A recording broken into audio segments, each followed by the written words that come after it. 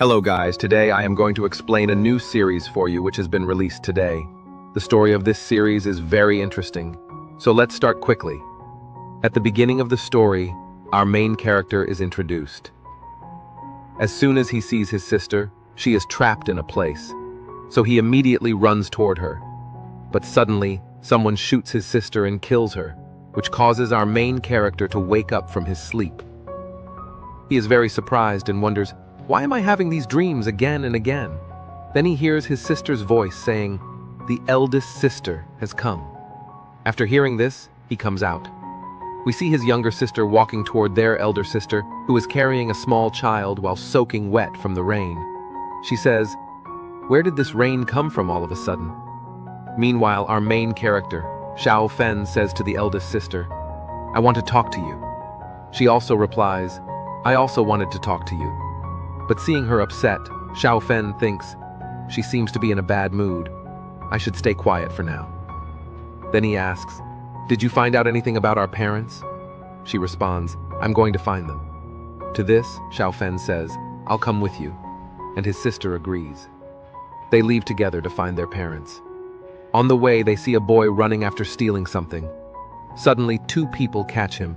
Xiao Fen quietly walks away. But those two people hold the boy and slit his throat, killing him on the spot. They turn to Xiao Fen and say, "What are you looking at? Go on.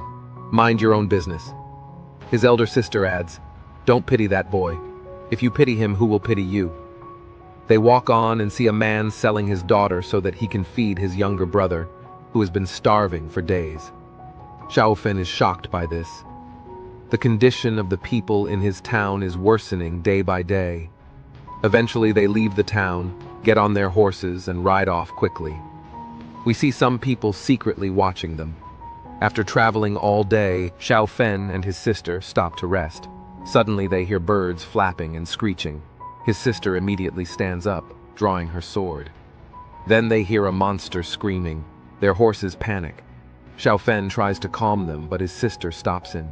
They both run in the opposite direction. As the horses run away, the monster suddenly appears and slices one of the horses in half. It then sees Xiao Fen and his sister and starts chasing them. They run toward a cave. Xiao Fen's sister says, "We have to go inside," and throws him up into the cave.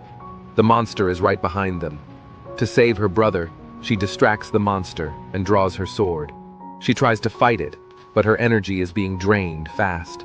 Xiao Fen shouts, "Give me your hand, I'll pull you up." She runs toward him.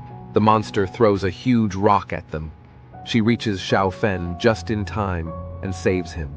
They both escape the cave and start running again until they reach the edge of a cliff. They have no way to run further. Looking at her sword, the sister says, "Now you have to save yourself." She jumps over the monster and starts attacking it with a small knife, but it's not effective. Xiao Fen joins the fight with his sword. The monster jumps, knocking Xiao Fen far away. His sister continues attacking from behind. Eventually, the monster jumps, and she falls from the cliff.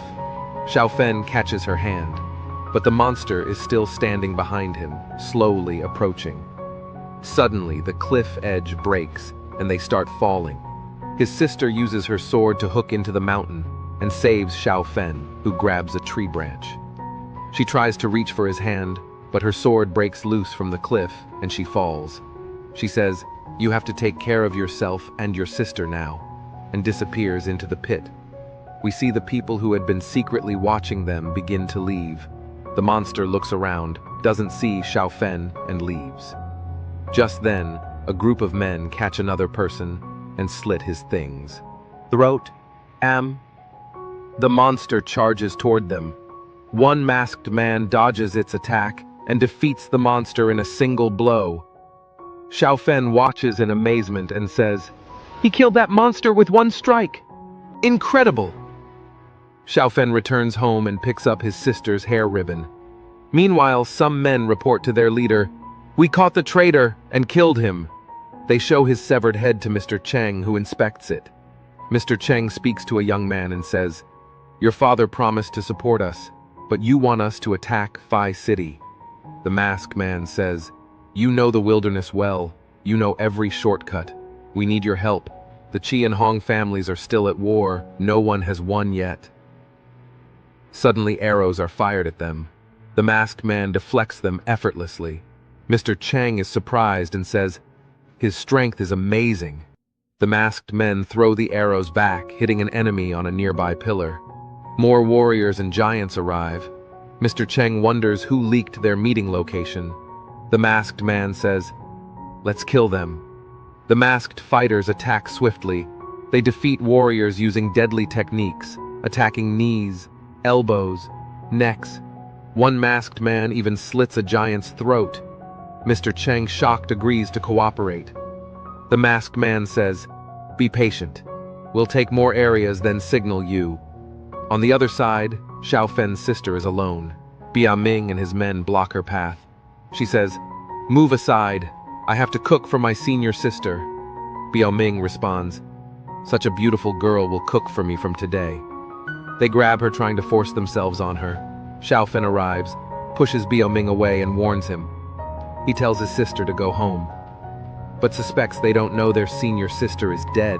Bia Ming remembers the monster throwing her off the cliff. He taunts Xiao Fen. Xiao Fen tells his sister to run, but she refuses. He begins to fight back. Bia Ming grabs his sister again.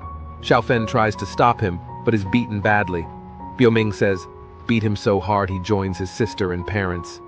Hearing this, Xiao Fen's sister faints from shock. As Xiao Fen sees her unconscious, he becomes furious. He picks up a stone and strikes one of the men, unconscious. When Biao Ming tries to drag her away, Xiao Fen hits him on the head with a stone, causing bleeding. He grabs his sister and runs. Biao Ming shouts, "Now you will die." Some cultivators appear nearby.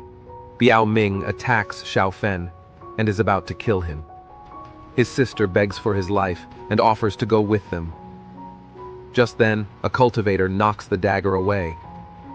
Biao Ming turns, sees Senior Cheng, and tries to lie. "This boy owes me money," Xiao Fen says. "What money?" Senior Cheng orders him to leave. Biao Ming obeys and leaves with his men.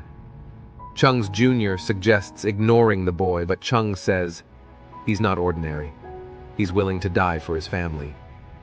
Then we see Xiao Fen sleeping. In his dream, he's in an advanced world, in a machine upgrading his energy. A crystal in his body absorbs energy. He wakes up and checks his chest. There's a real crystal there. He wonders, is this real? Am I about to break through? He remembers his sister mentioning the Huishan sect, a place where someone became a top cultivator in just 6 months. At Huishan sect, the master tests Zhao Ran's strength by having him fight Chang Shou. Zhao Ran surprises everyone with his rapid growth. Xiao Fen arrives and sees Chang Shou, whom he recognizes. Zhao Ran dominates the fight, but doesn't land the final punch. Chang Shou admits defeat. Suddenly, a disciple says someone is knocking at the gate. It's Xiao Fen. He pleads to join the sect. The master says, "Your cultivation is too low. I can't accept your money. You can't be my disciple." People laugh at Xiao Fen, but he begs, "Please, accept me. I'll train hard." The master, impressed by his determination, agrees. Xiao Fen hands him the money, and the master accepts him as a disciple. This is where the episode ends.